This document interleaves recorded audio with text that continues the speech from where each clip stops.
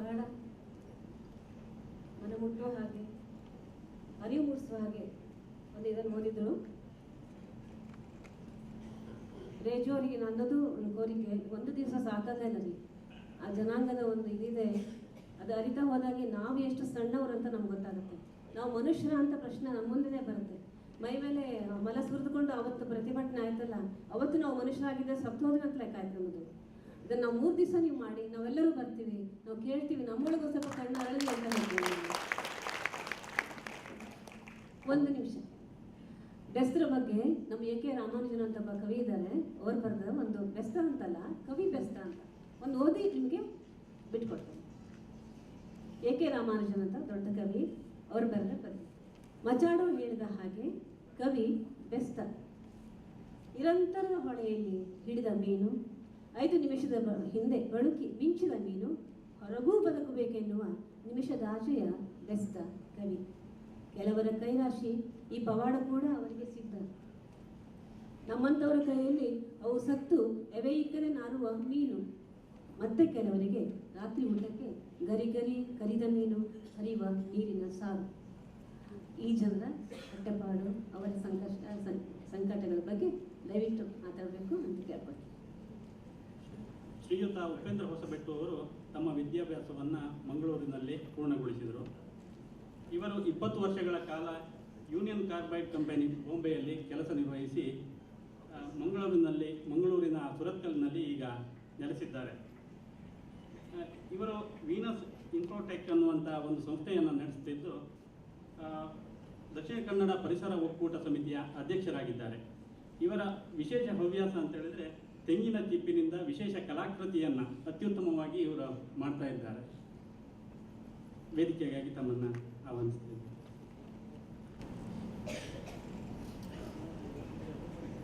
ನಮಸ್ಕಾರ. ಕೂತ್ಕೊಂಡು ಮಾತಾಡೋದಕ್ಕೆ ಕ್ಷಮೆ ಇರಲಿ. ಮಾನ್ಯ ಜಿಲ್ಲಾಧಿಕಾರಿಗಳೇ ಮತ್ತು ಅವರ ಸಹೋದ್ಯೋಗಿಗಳು, ಆಮೇಲೆ ಹೇಳಿದೆ ಈಗ ನಮ್ಮ ಮೀನುಗಾರ ಸಮುದಾಯದ ಜೀವನದ ಮಟ್ಟದ ಬಗ್ಗೆ ಮಾತಾಡಲಿಕ್ಕೆ ಹೇಳಿದ್ದಾರೆ. ಆದರೆ ನಿಮ್ಮ ಇದರ ಮೊದಲನೇ ಸೆಷನಲ್ಲಿ ಹೇಗೆ ತುಂಬ ಸಮಯ ಬೇಕಾಯ್ತಾ, ಹಾಗೆ ಇಲ್ಲಿ ಸಹ ನನಗೆ ಸಮಯ ಬೇಕಾದಿತ್ತು. ಆದರೆ ಪ್ರಯತ್ನ ಮಾಡ್ತೇನೆ ಆದಷ್ಟು ಚಿಕ್ಕದಾಗಿ ಹೇಳಲಿಕ್ಕೆ. ಪ್ರಾಯಶಃ ಈಗ ಬಂದಷ್ಟು ಪ್ರಶ್ನೆಗಳು ಬರಲಿಕ್ಕಿಲ್ಲ, ಯಾಕಂದರೆ ನಮ್ಮಲ್ಲಿ ಈ ಸೆಮಿನಾರಿಗೆಲ್ಲ ಅಟೆಂಡ್ ಆಗುವಂಥ ಅಭ್ಯಾಸ ಇಲ್ಲ. ಇರಲಿ, ಇದು ಜಸ್ಟ್ ತೋರಿಸಿದ್ದು ನಾನು ಆ ಮೀನನ್ನು, ಅದರಿಂದ ಒಂದು ಚಿತ್ರ ಬಿಡಿಸಿದ್ದಾರೆ. ಸೊ ಎಲ್ಲದಕ್ಕೂ ಹಾಡಲಿಕ್ಕೆ ಕಣ್ಣು ಬೇಕಷ್ಟೇ, ಅಲ್ಲಿ ಮಾಡಲಿಕ್ಕೆ ಆಗ್ತದೆ. ಈಗ ಮೀನುಗಾರರ ಬಗ್ಗೆ, ಜೀವನದ ಗುಣಮಟ್ಟದ ಬಗ್ಗೆ ಮಾತಾಡುವ ಅಂತ ಹೇಳುವಾಗ, ಯಾರು ಮೀನುಗಾರಿಕೆ ಮಾಡ್ತಾ ಇದ್ದಾರೆ, ಯಾರೆಲ್ಲ ಇದ್ದಾರೆ ಅದರಲ್ಲಿ, ಅವರಲ್ಲಿ ಯಾರನ್ನು ನಾನು ಗುರುತಿಸ್ಬೇಕೀಗ. ಅದಕ್ಕೆ ಯಾರ್ಯಾರಿದ್ದಾರೆ ಅಂತ ನೋಡುವ. ಆಮೇಲೆ ಮೀನುಗಳ ಸಂಖ್ಯೆ ಕಡಿಮೆ ಆಗ್ತದ, ಈಗ ನಾವು ಬೇಸಿಕಲಿ ಮಾತಾಡೋದು ಅದಕ್ಕೋಸ್ಕರ.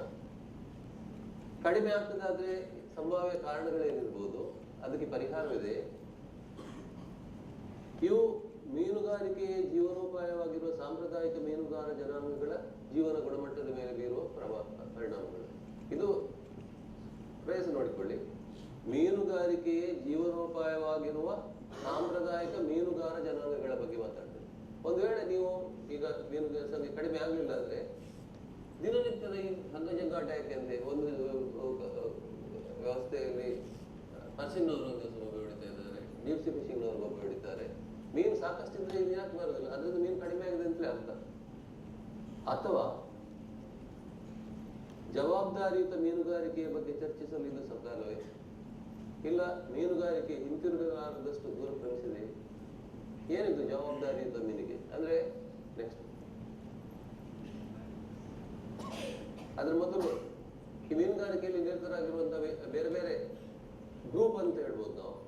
ಸಾಂಪ್ರದಾಯಿಕ ಮೀನುಗಾರರ ಜನಾಂಗಗಳಿದ್ದಾರೆ, ಮೀನುಗಾರಿಕೆಯನ್ನೇ ಜೀವನೋಪಾಯವಾಗಿ ಇರುವವರಿದ್ದಾರೆ. ಯಾಕಂದ್ರೆ ಮೊದಲಿದ್ರಲ್ಲಿ ಅವರು ಮೀನುಗಾರಿಕೆ ಮಾಡ್ತಾರಂತೆಲ್ಲ ಜನಾಂಗಗಳಿದ್ದಾವೆ. ಮೀನುಗಾರಿಕಾ ದೋಣಿ ಮಾಲೀಕರು, ಅದರಲ್ಲಿ ಸಾಂಪ್ರದಾಯಿಕ ಮೀನುಗಾರರಿದ್ದಾರೆ, ಬಿಸ್ನೆಸ್ಗಾಗಿ ಬಂದವರಿದ್ದಾರೆ. ಮೀನುಗಾರಿಕೆ ಕುಲಕಸಬೆಂದು ಅಧಿಕೃತವಾಗಿ ನೋಂದಾಯಿಸಿದವರು. ಇದು ಹೊಸ ವರ್ಗ ಈಗ. ಅಂದ್ರೆ ಅವರ ನೋಂದಾಯಿಸುವಾಗ ಅಲ್ಲಿ ಅವರು ಮೀನುಗಾರ ಜನಾಂಗದಲ್ಲಿಲ್ಲ, ಆದರೆ ಮೀನುಗಾರಿಕೆ ಅವರ ಜೀವನೋಪಾಯ ಅಂತ ನೋಂದಾಯಿಸಿದ್ದಾರೆ. ಅಥವಾ ಇನ್ನೂ ಜನ ಇದ್ದಾರೆ ಅದರಲ್ಲಿ ಮೀನುಗಾರಿಕೆಗೆ ಸಂಬಂಧಿತ ಇತರ ಚಟುವಟಿಕೆಗಳಲ್ಲಿ ನಿರತರಾಗುವರು. ಒಂದು ಎಕ್ಸಾಂಪಲ್ಗೆ ಸಾಗಾಟ, ಶೀತಲೀಕರಣ, ಸಂಸ್ಕರಣೆ ಮತ್ತೆ ಮಧ್ಯವರ್ತಿಗಳು ಇತ್ಯಾದಿ. ಸೊ ನಾನು ಈಗ ಮಾತಾಡೋದಾದ್ರೆ ಅದು ಇವರ ಬಗ್ಗೆ ಸಾಂಪ್ರದಾಯಿಕ ಮೀನುಗಾರಿಕೆಯಲ್ಲಿ ನಿರತರಾಗಿರುವ ಸಾಂಪ್ರದಾಯಿಕ ಮೀನುಗಾರ ಜನಾಂಗಗಳ ಗುಣಮಟ್ಟವನ್ನು ಹೇಳಬೇಕು ನಾವು ಅಷ್ಟೇ. ಮೊದಲು ಸಾಮಾನ್ಯವಾಗಿ ನಾವು ಪರಿಸರದ ಬಗ್ಗೆ ಮಾತಾಡುವಾಗ ಯಾಕೆ ಮೀನು ಕಡಿಮೆ ಆಗ್ತದೆ ಅನ್ನೋ ಭಾವನೆ ಮಾಡ್ತೇವೆ. ಹಾಗೆ ಈ ಅಭಿವೃದ್ಧಿಯಲ್ಲಿ ಎಲ್ಲರಿಗೂ ಸಮಸ್ಯೆಗಳು ಬರ್ತಾವೆ ಅಂತ ಹೇಳುವಾಗ ಎಚ್ಚೆತ್ತ ಮನುಕುಲ ಸುಸ್ಥಿರ ಅಭಿವೃದ್ಧಿಯ ಕಲ್ಪನೆ 1992ರಲ್ಲಿ ಬಂತು. ಆದರೆ ಇಲ್ಲಿ ಅದಕ್ಕೆ ನಮ್ಮ ದೇಶ ಸಹ ಹೋಗಿದ್ದು. ಏನು ಹೇಳ್ತದೆ, ಮಾನವರು ಸುಸ್ಥಿರ ಅಭಿವೃದ್ಧಿಯ ಕೇಂದ್ರವಾಗಿದ್ದು ಅವರು ಆರೋಗ್ಯಪೂರ್ಣ ಮತ್ತು ಪ್ರಕೃತಿಯೊಂದಿಗೆ ಸಹಬಾಳ್ವೆಯ ಹಕ್ಕುದಾರರಾಗ್ತಾರೆ. ಬಿಕಾಸ್ ಇದರ ನೆಕ್ಸ್ಟ್ ಬರ್ತದೆ, ಸುಸ್ಥಿರ ಅಭಿವೃದ್ಧಿಯ ಸಾಕಾರದಲ್ಲಿ ಪರಿಸರ ಸಂರಕ್ಷಣೆಯು ಅಭಿವೃದ್ಧಿಯ ಒಂದು ಅವಿಭಾಜ್ಯ ಅಂಗ. ಅಂದರೆ ಎಲ್ಲ ಅಭಿವೃದ್ಧಿ ಆಗುವಾಗ ಅದು ಮಾನವ ಕೇಂದ್ರಿತ. ಆದ್ರಿಂದ ನಾವು ಅದರ ಬಗ್ಗೆ ಜಾಗೃತಿ ಮಾಡಬೇಕು. ಅಂದರೆ ಪರಿಸರ ರಕ್ಷಣೆಯನ್ನು ಮಾಡಬೇಕು.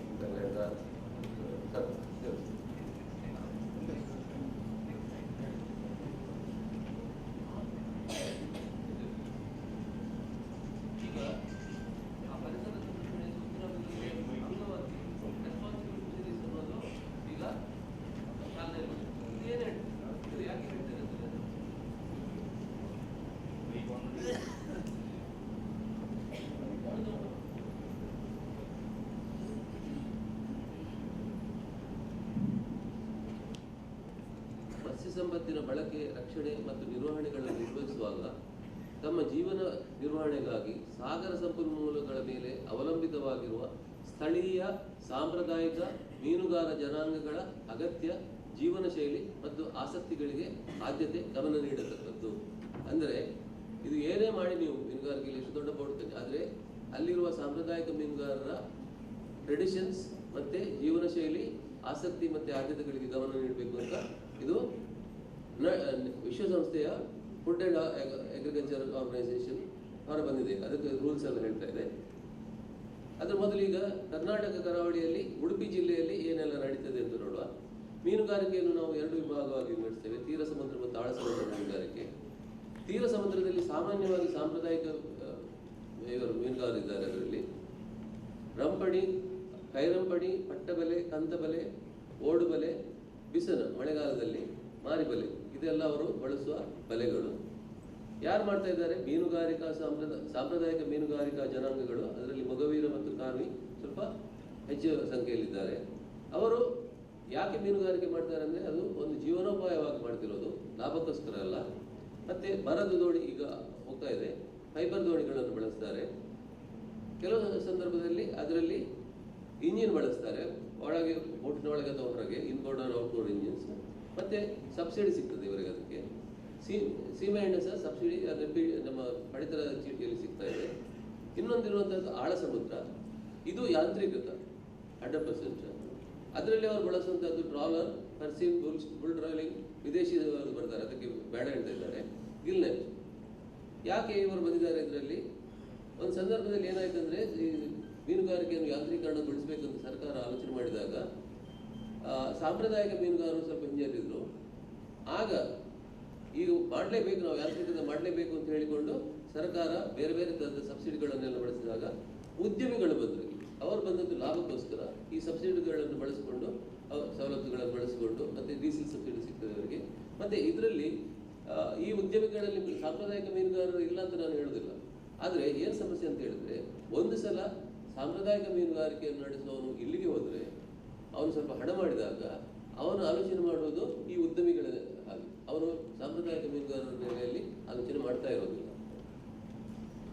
ಈಗ ಮೀನಿನ ಸಂತತಿ ಕ್ಷೀಣಿಸ್ತದೆ. ಎಲ್ಲ ಇದು ಕೇಂದ್ರೀಕೃತ ಆಗಿರೋದು ಇದರ ಮೇಲೆ. ಈಗ ಹೌದಾದರೆ ಯಾಕೆ ಕಾರಣಗಳು? ಅತಿಶೋಷಣೆ, ಇದರ ನಂಬರ್ ಆಫ್ ಬೋಟ್ಸ್ ಹೆಚ್ಚಾಗಿದೆ. ಮೀನಿನ ಮರಿಯನ್ನು ಹಿಡಿಯುವುದು, ಮೊಟ್ಟೆ ಇಡುವ ಸಮಯದಲ್ಲಿ ಮೀನಿನ ಹಿಡಿತ, ಆಹಾರ ವಿನಾಶ, ಅಂದರೆ ಈ ಬಾಟಮ್ ಟ್ರಾವೆಲಿಂಗ್ ಮಾಡಿದಾಗ ಅಲ್ಲಿರುವಂಥ ಪ್ಲಾಂಕ್ಟನ್ಸ್ ಎಲ್ಲ ನಾಶ ಆಗ್ತಾ ಇರ್ತಾರೆ. ಸಮುದ್ರ ಮಾಲಿನ್ಯ, ಹೊಸ ತಂತ್ರಜ್ಞಾನದ ಅತಿ ಬಳಕೆ ಸಮಯ ನಮ್ಮ ಸೈಂಟಿಸ್ಟ್ ಇದ್ದವರು ಇದನ್ನು ಗಮನ ಕೊಡಬೇಕು. ಯಾಕಂತ ಹೇಳಿದರೆ ಹೊಸ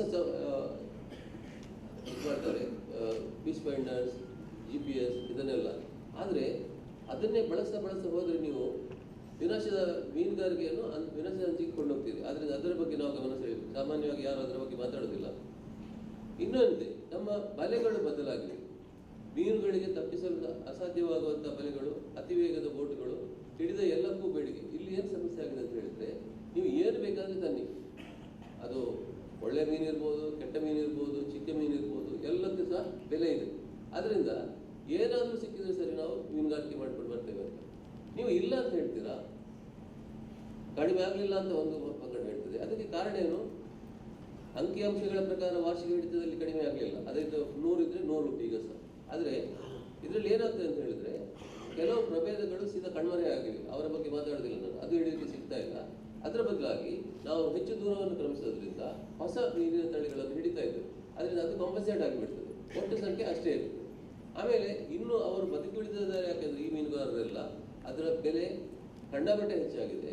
ಒಂದು ಜಸ್ಟ್ ಎಕ್ಸಾಂಪಲ್ ಕೊಡ್ತೇನೆ.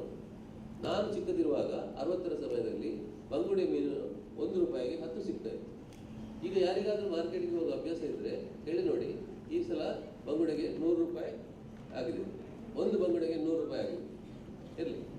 ಆದ್ದರಿಂದ ಈ ಮೀನುಗಾರರು ಇನ್ನೂ ಮೀನುಗಾರಿಕೆಯನ್ನು ನಡೆಸ್ತಾ ಇದ್ದಾರೆ. ಬೋಟುಗಳ ಸಂಖ್ಯೆ ಹೆಚ್ಚಾಗಿದೆ. ಮತ್ತು ಇದು ಗಮನ ಕೊಡಬೇಕಾದಂಥ ಅಂಶ ಏನಂದರೆ, ನೀವು 1 ಕಿಲೋ ಮೀನನ್ನು ಹಿಡಿತೀರಿ ಆದರೆ ಅದಕ್ಕೆ ಹೆಚ್ಚು ಶ್ರಮ, ಸಮಯ ಮತ್ತು ಇಂಧನ ಬೇಕಾಗ್ತದೆ. ಇದನ್ನು ನಾವು ಆಲೋಚನೆ ಮಾಡ್ತಾ ಇಲ್ಲ.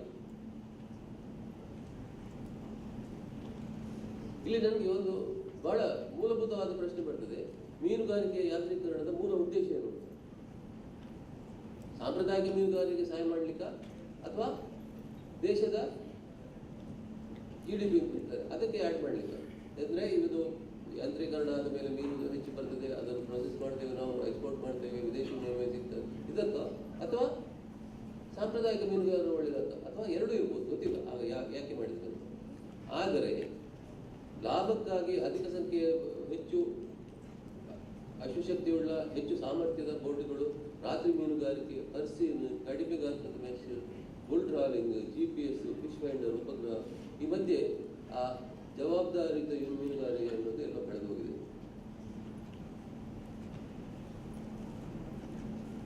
ಇದು ಮೀನುಗಾರ ಜನಾಂಗದ ಮೇಲೆ ಏನು ಪರಿಣಾಮ ಬೀಳ್ತಾ ಇದೆ ಅಂತ ಹೇಳಿದ್ರೆ, ಇದು ಸಾಂಪ್ರದಾಯಿಕ ಮೀನುಗಾರಿಕರ ಅವರ ಬಗ್ಗೆ ಹೇಳ್ತಾ ಇದ್ದೇನೆ. ಅವರು ಮೀನುಗಾರಿಕೆಯಿಂದ ವಿಮುಖರಾಗ್ತಾ ಇದ್ದಾರೆ. ಒಂದು ಯಾವುದು ಗ್ಲಾಮರಸ್ ಅಲ್ಲ, ಅದಕ್ಕೆ ಕಷ್ಟಪಡಬೇಕು, ವಾಸನೆ ಬರ್ತದೆ, ಇಂಥದ್ದು ಒಂದು ಅಕ್ಷರ ಕಲಿತು ಕೂಡಲೇ ಅದನ್ನು ಬಿಟ್ಟು ಬಿಡ್ತಾರೆ. ಆದರೆ ಉಡುಪಿಯಲ್ಲಿ ನನಗೆ ಹೇಳಿದ ಹಾಗೆ ಇಲ್ಲಿ ಸ್ವಲ್ಪ ವ್ಯತ್ಯಾಸ ಇದೆ. ಈ ಮಕ್ಕಳು SSLC ವರೆಗೆ ಕಲಿತ ನಂತರ ಪುನಃ ಮೀನುಗಾರಿಕೆ ಹತ್ತಲೇ ಹೋಗ್ತಾ ಇದ್ದಾರೆ. ಅಲ್ಲಿ ಒಂದು ಕನ್ನೀಟ್ ಪಾರ್ಟಿಯಿಂದ ಮೀನನ್ನು ಇಳಿಸುವಂಥ ಪ್ರಕ್ರಿಯೆಯಲ್ಲಿ ಭಾಗಿಗಳಾಗುವ ಯುವಕರಿದ್ದಾರೆ. ಅವರು ಸ್ವಲ್ಪ ಮಟ್ಟಿಗೆ ವಿದ್ಯಾಭ್ಯಾಸ ನಡೆದಿದೆ. ಆದರೆ ನೇರವಾಗಿ ಯಾಂತ್ರಿಕದ ಮೀನುಗಾರಿಕೆಯಲ್ಲಿ ನಿರತರಾಗಿರುವವರು ಸ್ವಂತ ಮನೆಯಲ್ಲ ಇದ್ದರು ಪ್ರಮುಖ ಮೀನು ಇಳಿದಾಣಗಳ ಬಳಿ ವಾಸ ಮಾಡಿದ್ರು. ಯಾಕಂದರೆ ಒಂದ್ಸಲ ಯಂತ್ರೀಕರಣ ಆದಾಗ ನಿಮಗೆ ಸಮುದ್ರದ ಬದಿಯಲ್ಲಿ ಎಲ್ಲಿ ಬಂದು ಲ್ಯಾಂಡ್ ಮಾಡಲಿಕ್ಕೆ ಆಗೋದಿಲ್ಲ. ನಿಮಗೆ ಅದು ಇಳಿದಾಣಗಳ ಬಂದರುಗಳಿಗೆ ಹೋಗಬೇಕು. ಒಂದು ಮಲ್ಪೆ, ಹೆಜ್ಮಾಡಿಯಲ್ಲಿ ಸ್ವಲ್ಪ ಮಟ್ಟಿಗೆ, ಆಮೇಲೆ ಮಂಗಳೂರು.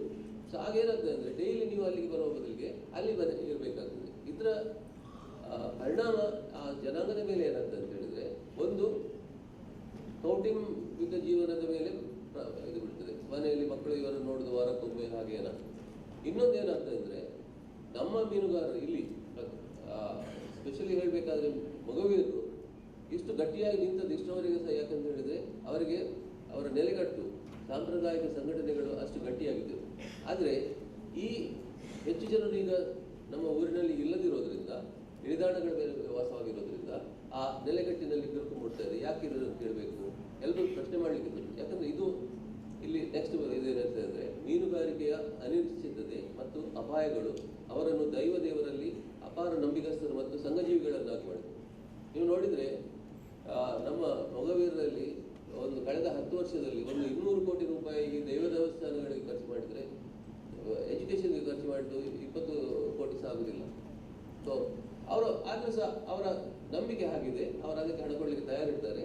ಆಮೇಲೆ ಈ ಜನಾಂಗೀಯ ಸಂಘ ಸಂಸ್ಥೆಗಳು ಇದರಿಂದ ಏನಾಗ್ತಿದೆ ಅಂದರೆ, ಶಿಸ್ತುಬದ್ಧವಾದ ಜೀವನ, ಪಕ್ಷಾತೀತ ನ್ಯಾಯ ತೀರ್ಮಾನಗಳಿಗೆ ಒತ್ತು ನೀಡ್ತದೆ. ಅಂದರೆ ಬಹಳಷ್ಟು ಇತ್ತೀಚೆಗೆ ಇದು ಆರಂಭವಾಗಿದೆ. ಅದರ ಮೊದಲು ನಮ್ಮವರು ಕೋರ್ಟಿಗೆ ಹೋಗುದಂತಲೇ ಇಲ್ಲ. ಎಲ್ಲ ವ್ಯಾಜ್ಯಗಳು ಆ ಗ್ರಾಮ ಸಭೆಯಲ್ಲಿ ಅಥವಾ ಗ್ರಾಮ ಸಭೆಯಲ್ಲಿ ತೀರ್ಮಾನ ಆಗಿದ್ರೆ, ಎರಡು ಗ್ರಾಮ ಸಭೆಯಲ್ಲಿ ಬಂದಿದ್ದು ಏನಾದರೂ ತಕರಾರಿದ್ರೆ ಅದು ಸಂಯುಕ್ತ ಸಭೆಯಲ್ಲಿ, ಸಂಯುಕ್ತ ಸಭೆಯಲ್ಲಿ ಆಗದಿದ್ದರೆ ಆ ಮೊಗವೀರ ಮಹಾಜನ ಸಂಘದಲ್ಲಿ ತೀರ್ಮಾನ ಮಾಡ್ತಿದ್ರು. ಸೊ ಇಲ್ಲೇ ಸೆಟ್ಲ್ ಆಗ್ತಿತ್ತು. ಆದರೆ ಈಗ ಇದು ಸಡಿಲಾಗಿದೆ. ಅವರ ಅವರ ಆಜ್ಞೆಗಳನ್ನು ನಾವು ಯಾಕೆ ಇರಬೇಕು? ಕೋರ್ಟ್ ಉಂಟು, ಪೊಲೀಸ್ ಇದ್ದಾರೆ, ಅಲ್ಲಿಗೆ ಹೋಗೋಣ ಅಂತ. ಈಗ ಇನ್ನೊಂದು ಬಹಳ